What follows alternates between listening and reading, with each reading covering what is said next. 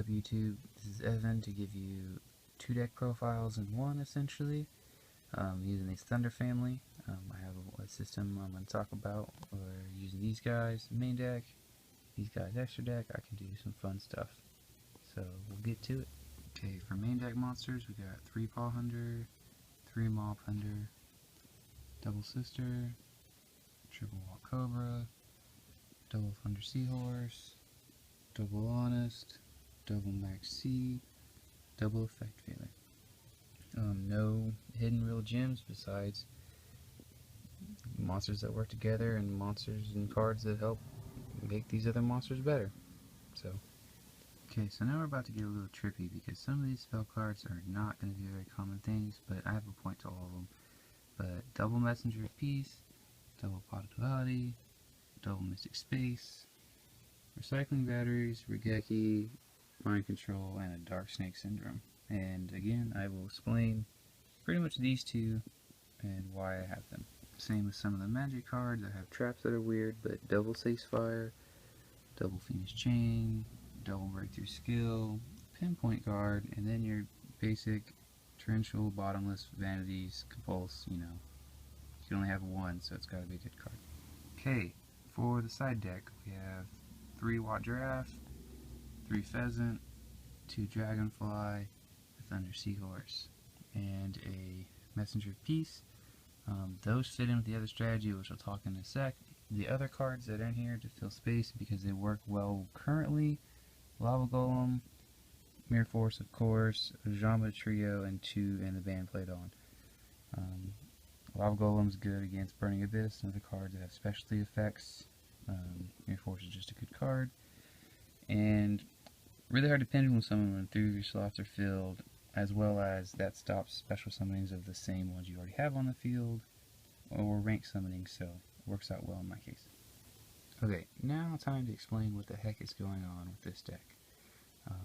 But pretty much, if I'm playing with friends and I want to switch back and forth, or if I'm in a match set at a tournament and first game didn't go so good using Hunters, or they aren't effective against another XYZ deck or something, I can take those 8 cards out plus 2 more traps or spells depending on what I'm playing against to trade out for those in between games, and I have a completely different deck to play with now.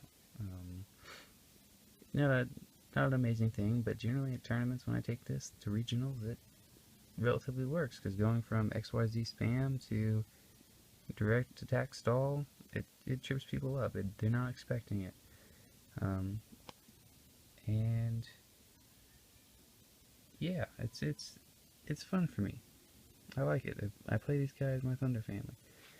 As for reasons why I have certain cards, I have Messenger of Peace. I main deck Messenger just because first turn Messenger against my opponent, it stops them from being able to assault me if it works out well. So if I first turn I can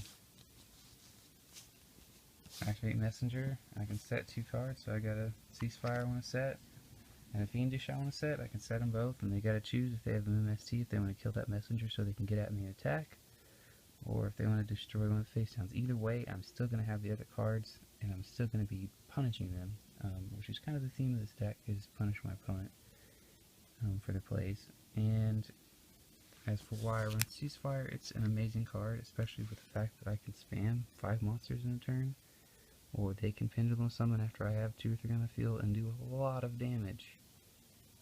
And I win duels like that all the time. Just wait for it. Oh, they just summoned 4 monsters, Ceasefire, 2,000 damage, I win. So it's kind of like running Gaga Cowboy just so you get that last 800 damage in the end. This is just an insurance. So, and even then, if they go to MST this because it's face down and choosing between either the face up Messenger or the face down card they don't know, if they hit that Ceasefire, I can do a little bit of damage depending if I have monsters or not on the field, and they do. It works out. 2 cards I forgot to mention a little bit ago, or just a second ago to you guys, but Dark Snake and Mind Control. Mind Control is good if they have an effect monster or an XYZ that destroys stuff. I can just take it and use its effect, or I can use it for XYZ spam for level 4s. And Dark Snake kind of goes along with Ceasefire. The more damage I can do initially, especially with the Watt deck, the better it is for me. And again, if that's sitting there and it's doing damage and it's going to kill them next turn, then that means they have to kill that or they have to kill another trap card or spell card I have on the field. Makes them choose. Okay, now for the extra deck that I haven't covered yet, Double Starliege, who is the MVP of so many duels of my life, mostly because he kills effects, and if he gets destroyed, he gets to draw a card, which is always beneficial. Blackship of Corn, Tsukiyomi, Abyss Dweller, Dark Rebellion, Castle, Heartland Draco, Satellar Knight, Del Toros, I said that, Cowboy, Thunderspark, Ouroboros, and then Omega and M7. Like him because he kills effects, and these are all just in general good cards that work for XYZ spam. Some better, some worse, and one card I don't have showing here is a 101, because I borrowed that. I don't own that one, but I borrow it when I go to regionals because I have friends that have multiples of it, and I just never needed to buy one. So like those two especially because people aren't expecting the field clear, and no one runs that pretty much, and it's got 3 really good effects that just mess with a lot of stuff, so I run it too. Thanks for watching. Pretty much this is a for fun deck, but it's my favorite deck to play. I love playing it. I work on a lot of new stuff, a lot of old stuff, just because I like to play Yu-Gi-Oh! But this is the deck I can take with me anywhere and have a good time. This is the deck that I take to regionals, mostly because it's, again, I'm in it for the love of the game, not necessarily to win. But I do win. I do break even, go 4-4 a lot of the time when I do go to regionals. Sometimes 3-5, sometimes a little bit better. We'll never probably win a regionals with this, but it's what I like to play. And just making the switch just amazes people, especially when they're running a meta deck and you just beat them with XYZs and they're siding all their stuff to kill XYZs, and you switch to the Watt part and just switching those 10 cards, it just blows their mind every time. No matter how many times I play someone, I just don't get it. But it works. So thanks for watching. Subscribe, like, comment, all that jazz. You rock.